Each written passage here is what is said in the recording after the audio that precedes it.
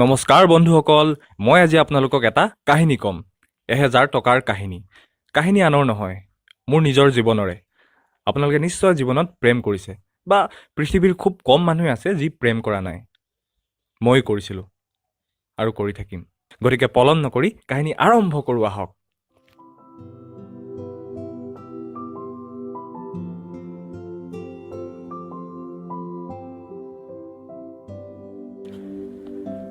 সৰুৰ পৰাই মই প্ৰেমত সিদ্ধহস্ত আছিলোঁ। ক'বলৈ গ'লে ক্লাছ 5-6 মানৰ পৰাই ভাল পোৱা আৰম্ভ কৰিছিলোঁ নেকি।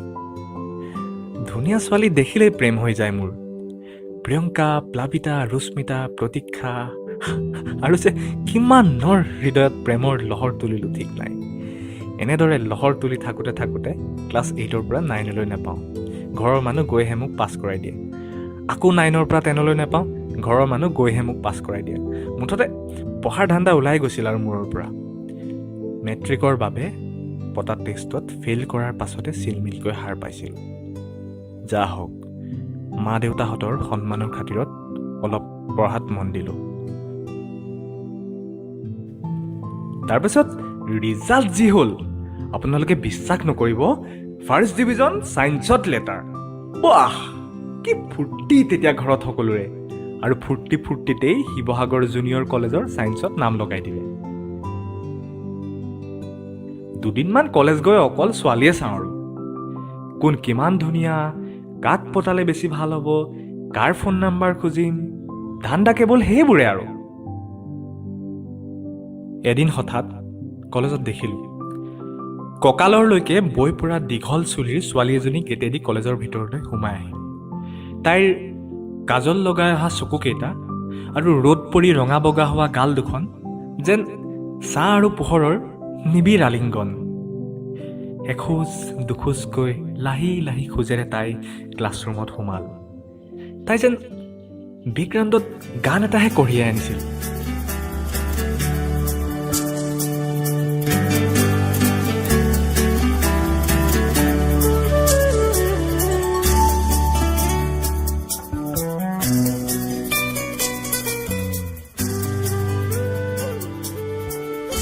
পিছে মোৰনো কি, ধুনীয়া ছোৱালী দেখিলেই প্ৰেম হৈ যায়তো। বাৰু যি কি নহওক, এনেদৰে যাক তাক চাই কিছুদিন গ'ল। এদিন ক্লাছৰ শেষত হঠাৎ 4টামান ল'ৰা আহিল আৰু মোক ক'লে,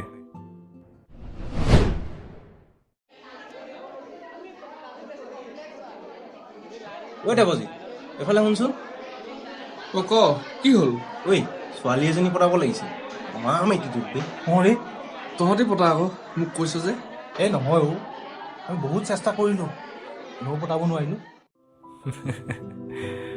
মই সিহঁতকেইটাৰ চেহেৰাৰ ফালে চালোঁ আৰু নিজকে ৰণবীৰ কাপুৰ যেন অনুভৱ কৰিছিলোঁ। তই এইবোৰ বহুত এক্সপাৰ্ট বুলি জানো না। তই তাইক পতাই তাই ইবোৰ ফালি দে। হয়নে? মোৰ কি লাভ হ'ব তেতিয়া? তই বতা, তোক আমি 1000 টকা দিম। কোনজনী ছোৱালী দেখাই দে। তাই যে পিংক কালাৰ বেগ লৈ আছে সেইজনী। মই ছোৱালীজনী দেখি আচৰিত হ'লোঁ, কাৰণ তাই আন কোনো নাছিল। সেই যে কঁকালৰলৈকে বৈ পৰা চকুত কাজল লগাই লাহি লাহি খোজেৰে ক্লাছৰুমত সোমাইছিল, তাই আছিল।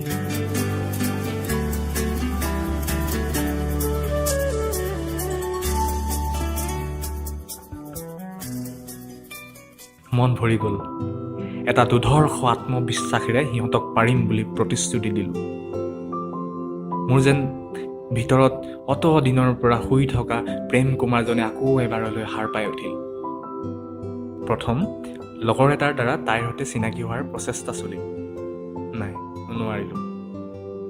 আৰু তাৰ পাছত কেতিয়াবা কেণ্টিনৰ আগত, হাই ঐ, নুশুনিলে চাগে।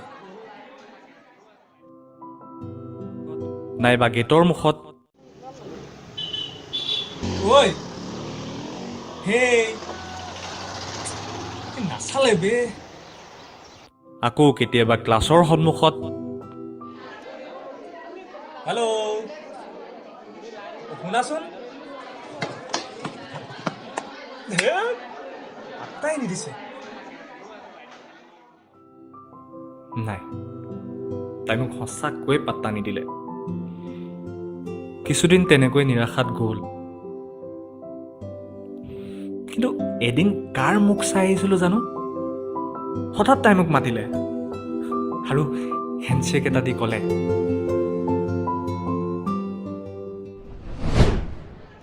হাই তুমি দেৱজিত নহয় জানো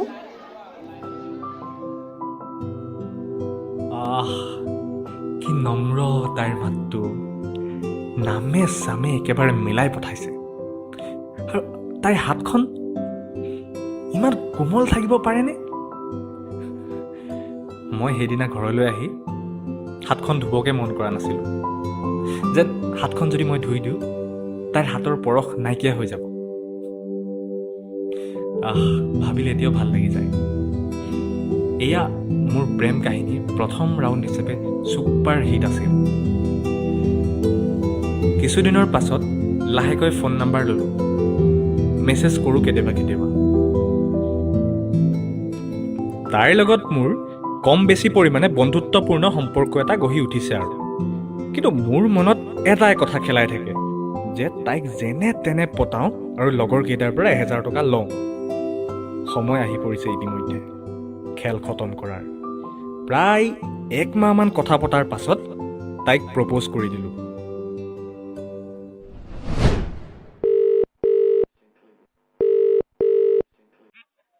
হেল্ল' হেল্ল' দেৱজিত কোৱা ঐ কি কৰিছা মই এনেই আছো তুমি মই এনেই আছোঁ কি তুমি পঢ়া নাই পঢ়া নাই পঢ়া এতিয়া আচ্ছা ইমান চোকা ছোৱালীজনীয়ে নপঢ়েনে আৰে চব সময়তে কি পঢ়িয়ে থাকিম নেকি অঁ তেন্তে ঠিকেই শুনা আকৌ কথা এটা কোৱা। ক'বলগীয়া আছিলে কথা কি কথা তুমি বেয়া পাবা আৰে কেনেকুৱা কথা সেইটোতো কৈ লোৱা মই তোমাক মানে বহুত দিনৰ পৰা কম বুলি ভাবি আছিলোঁ কিন্তু শুনিবাতো কৈ যোৱা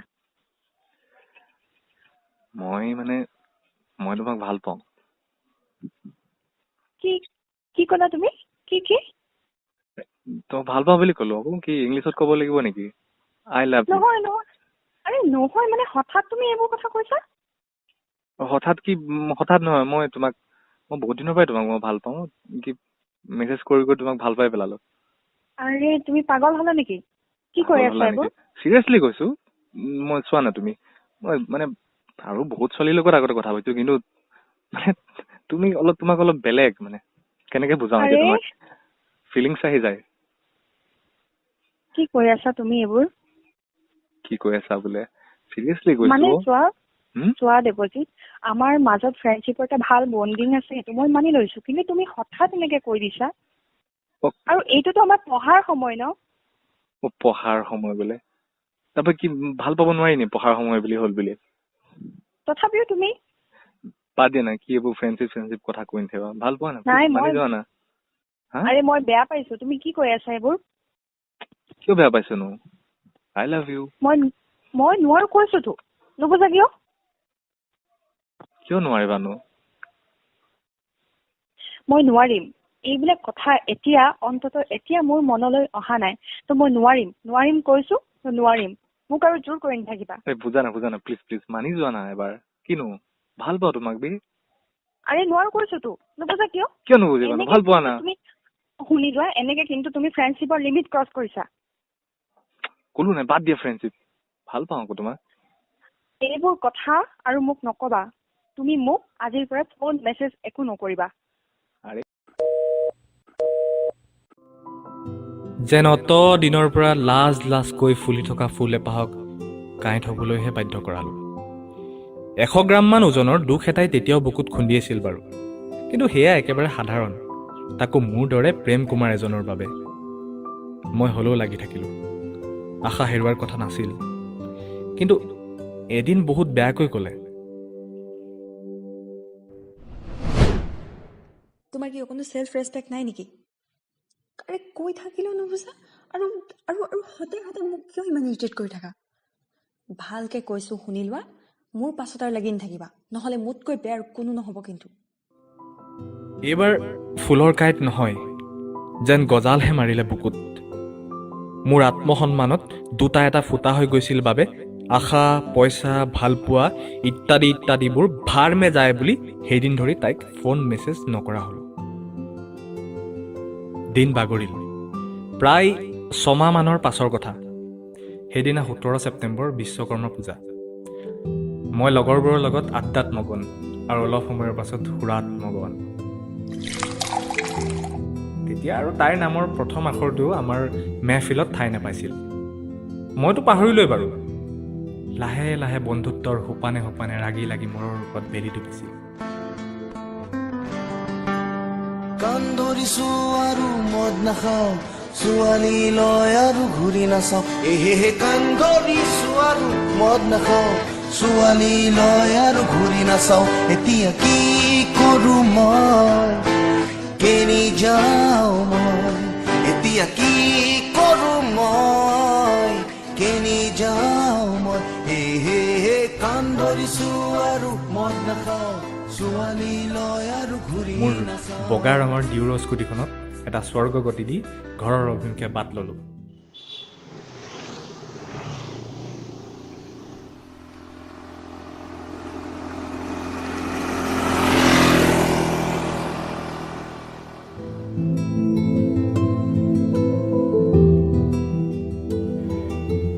মোৰ যিমান দূৰ মনত আছে, ঠিক 7মান বজাত ঘৰত ধলং পলং খোজেৰে প্ৰৱেশ মাৰিছোঁ আৰু কিবা এটা বাজিল। মোৰ মোবাইলটো বাজিছিল আকৌ। হেল্ল' বুলি মেছেজ এটা দিছে কোনোবাই। নাম্বাৰটো আননোন নে মোৰ চকু জলকটপক আছিল।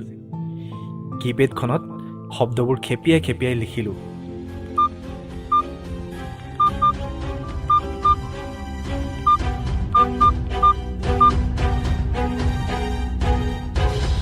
কোন?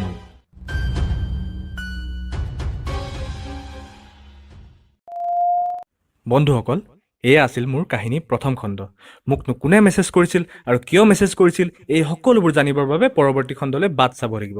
যদিহে আপোনালোকৰ সঁহাৰি পাওঁ, খুব কম সময়ৰ ভিতৰতে পৰৱৰ্তী খণ্ড আগবঢ়াই দিম। আৰু মই আশ্বাস দিছোঁ যে কাহিনী আগলৈ অধিক ৰোমাঞ্চকৰ হ'ব। আশা কৰোঁ আপোনালোকে আদৰি ল'ব আৰু যদিহে ভাল পালে লাইক, কমেণ্ট, শ্বেয়াৰ কৰিবলৈ নাপাহৰিব। আজিলৈ বিদায়, ধন্যবাদ।